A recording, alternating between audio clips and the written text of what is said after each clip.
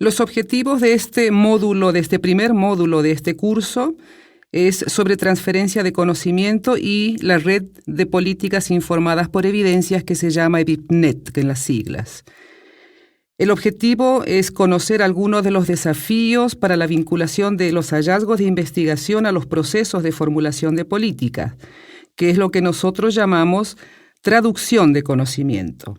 Entonces, vamos a ver en este módulo algunos desafíos para vincular la evidencia en el proceso de formulación de políticas, el concepto de traducción de conocimiento, qué es la EBIPNET, cuáles son sus objetivos, la misión, la visión como red, y cómo podría incorporarse esta red en su país o en su municipio.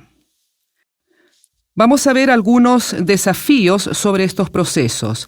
Primero que nada, vamos a tratar de identificar el problema. ¿A cuáles estrategias de traducción de conocimiento estamos refiriéndonos? Y cómo está dando EBIPNET esta respuesta, al menos en teoría vamos a ver ahora. Un estudio publicado hace varios años por Andy Oxman y colaboradores nos ilustra la situación existente respecto al uso de la evidencia en una organización altamente influyente en las políticas sanitarias de muchos países como es la Organización Mundial de la Salud. La evidencia científica habitualmente no es utilizada, o al menos no lo era hasta hace muy poco, de manera sistemática en la elaboración de recomendaciones o directrices por parte de la OMS. Y las necesidades de los usuarios finales de estas recomendaciones a menudo no se tomaban en cuenta. Asimismo, también existe escasa atención respecto de aspectos relacionados con la implementación de dichas recomendaciones. En resumen, podemos decir que la Organización Mundial de la Salud, a pesar de contar con criterios para incorporación de la evidencia científica en sus recomendaciones, no siempre cumple con dichos requerimientos. Teniendo en cuenta lo que hemos planteado entonces recién, ¿cuál cree usted que es la situación de su propio país o de su propio lugar, de su provincia, de su ciudad, respecto a la utilización de la evidencia científica en los procesos de elaboración e implementación de políticas sanitarias? Lo invito a hacer un ejercicio en una hoja de papel y trate de escribir en realidad situaciones que usted cree que esto se podría haber realizado. El uso de evidencia en procesos de toma de decisiones. Si nosotros vemos en el esquema de esta otra diapositiva, siempre estamos pensando ojalá fuera de esta manera, tan directa, tan bidireccional. Pero en realidad, los dos actores principales de este proceso de toma de decisiones en políticas sanitarias son por un lado los investigadores y por otro los tomadores de decisión.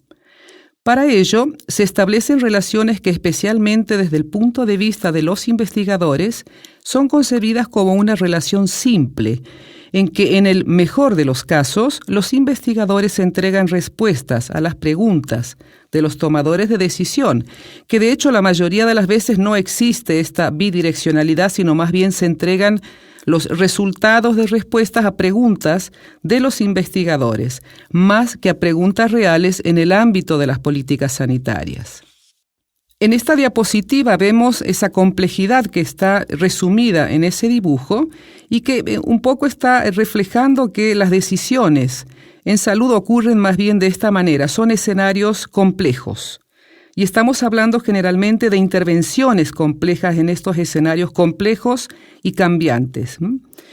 Dicha relación en el dominio del proceso de toma de decisiones en políticas de salud es mucho más complicado y con un mayor número de actores y de influencias.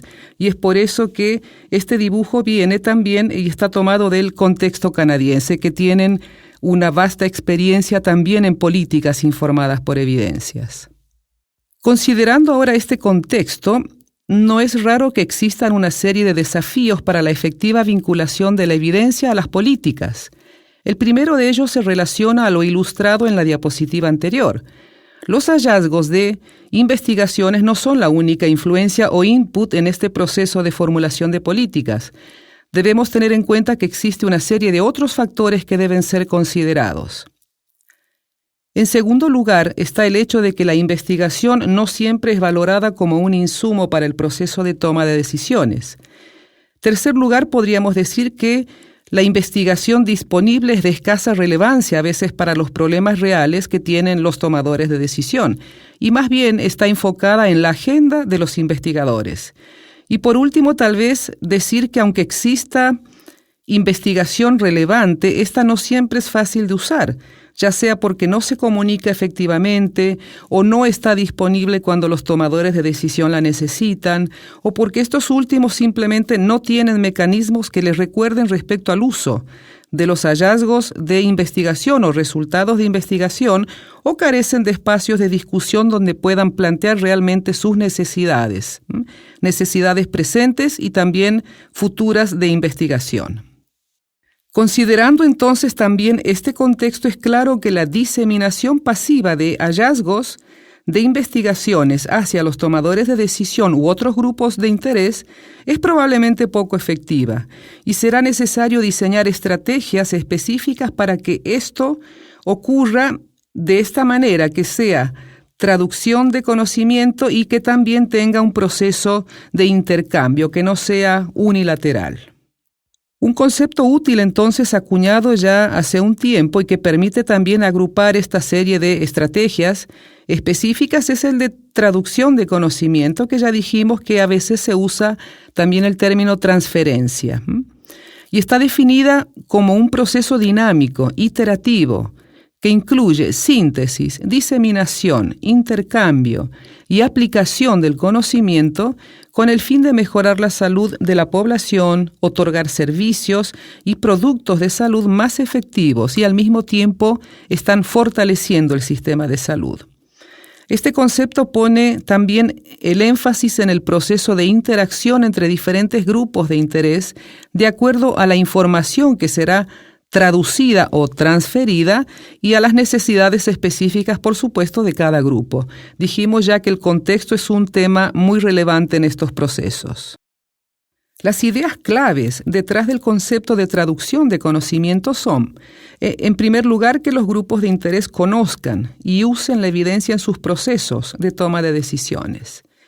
Y que por otro lado también la investigación sea informada por la evidencia actualmente disponible y la experiencia y las necesidades de información de los diferentes grupos de interés. Es un proceso que se retroalimenta de manera constante.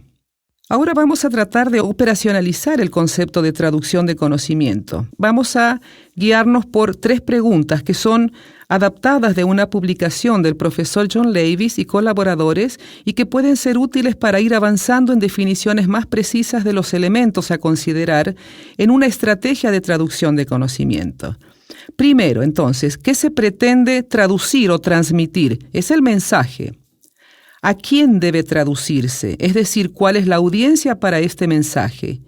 Y por último, ¿cómo debiera ser traducido? Es decir, ¿qué estrategias tenemos de traducción o lo que hemos llamado también plataformas de traducción de conocimiento, que es el concepto que más se usa en la red EBIBNet global? Respecto del mensaje, un punto de partida útil es considerar el uso de resúmenes o de paquetes de evidencia más que de estudios primarios. Estos resúmenes pueden ser en la forma de lo que se ha denominado resúmenes de evidencias para políticas, que normalmente esto se llama policy brief, o en formas también de revisiones sistemáticas o de overviews. Por ahora mencionaremos algo más de detalle respecto a las revisiones sistemáticas y dejaremos los resúmenes de evidencias para políticas para discutirlos más adelante en la unidad 7. Entonces, si bien las revisiones sistemáticas han sido tradicionalmente identificadas en el ámbito de la evaluación de la efectividad de intervenciones, ellas también pueden utilizarse para abordar preguntas de relaciones entre variables, de mecanismos a través de los cuales una intervención o un programa específico funciona o no, y también de significados, de percepciones que diferentes grupos tienen de esos programas y de esas políticas específicas. Asimismo, también las revisiones sistemáticas han ido progresivamente incorporando la dimensión de equidad, las capacidades disponibles para llevarlas a cabo, actualizarlas, y también se ha ido incrementando todo esto en la última década, que hoy podemos decir que tenemos un volumen bastante importante de conocimiento en esta área. Comparadas con otras fuentes de evidencia, las revisiones sistemáticas ofrecen al menos 4 ventajas.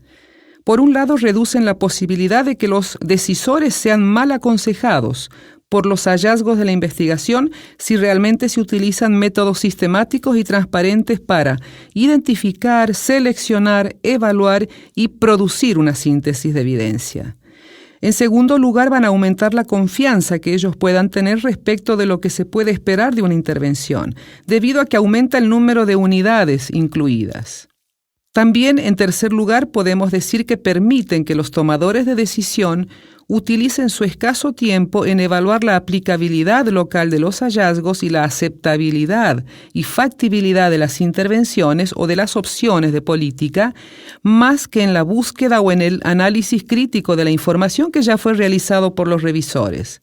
Y por último, las revisiones sistemáticas permiten que los diferentes grupos de interés, incluidos aquellos como la sociedad civil, puedan discutir en forma constructiva la evidencia presentada. Otro aspecto relacionado con el mensaje es aquel que tiene que ver con el tipo de investigación de que estamos hablando. Si bien esto dependerá de las preguntas específicas que se pretendan responder, la investigación en sistemas de salud parece ser un área específicamente relevante para los tomadores de decisión.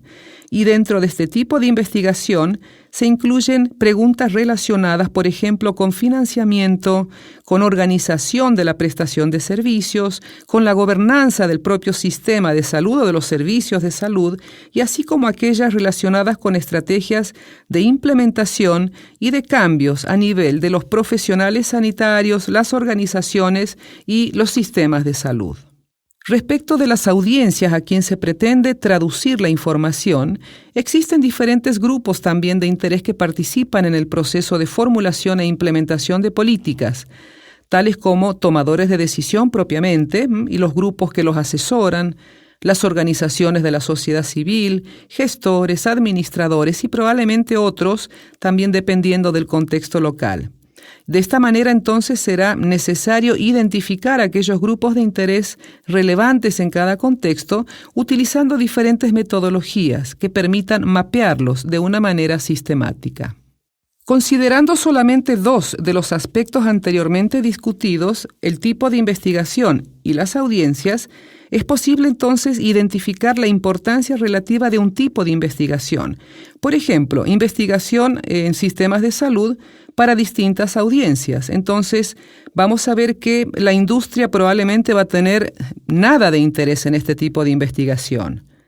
Si pasamos a la diapositiva siguiente, podemos ver la importancia relativa de diferentes tipos de investigación para las diferentes audiencias, y en este caso, para los administradores y tomadores de decisión o policymakers. Para ellos, por ejemplo, la investigación básica podría ser irrelevante. La tercera pregunta está relacionada al cómo de la traducción de conocimiento, es decir, cuáles son las actividades, las estrategias específicas que debieran ser implementadas para transmitir el mensaje, la evidencia, a estas audiencias que nosotros hemos identificado como claves en el proceso de formulación de políticas. Habitualmente se trata de esfuerzos sistemáticos que utilizan estrategias múltiples, adaptadas a los diferentes contextos existentes en diferentes sistemas de salud.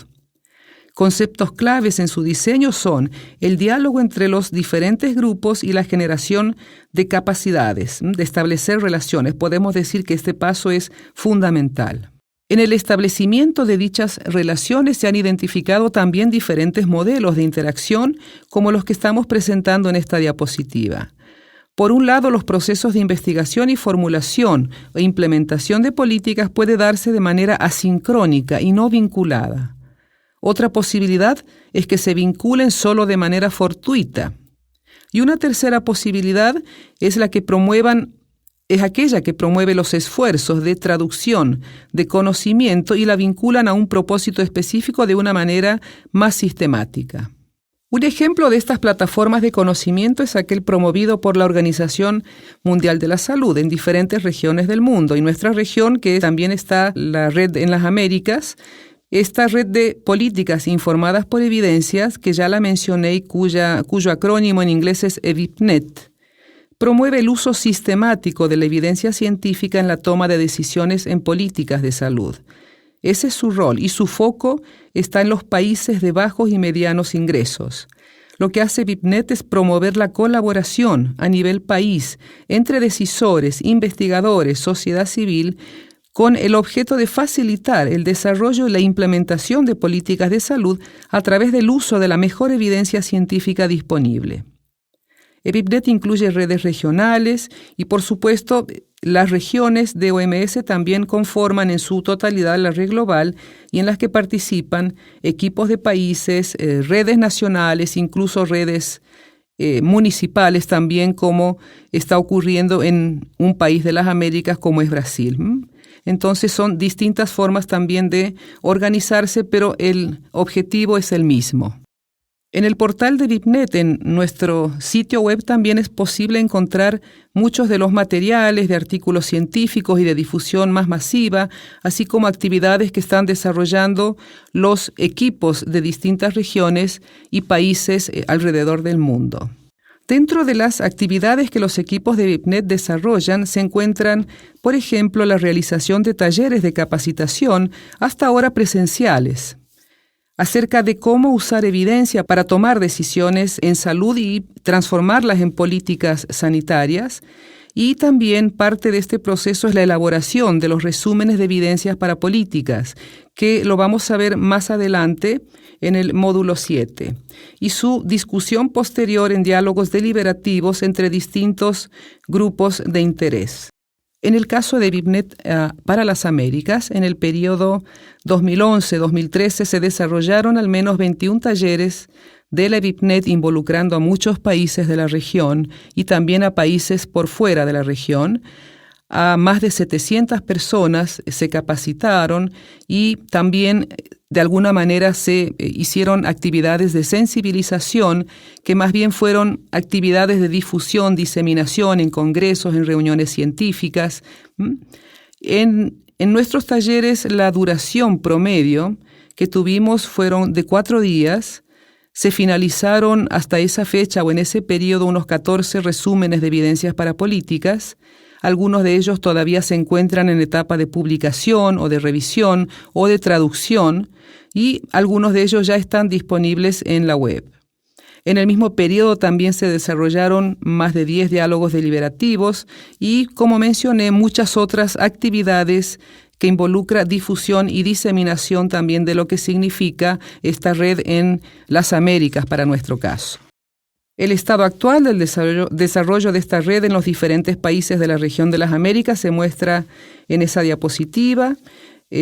Países en proceso se define por haber expresado algún interés en ingresar a la red o haber participado en capacitaciones con la metodología del BIPNET o tiene documentos de política en desarrollo. Un país en ejecución se define como un país que solicitó incorporar la BIPNET y que además tiene finalizado al menos un documento de política.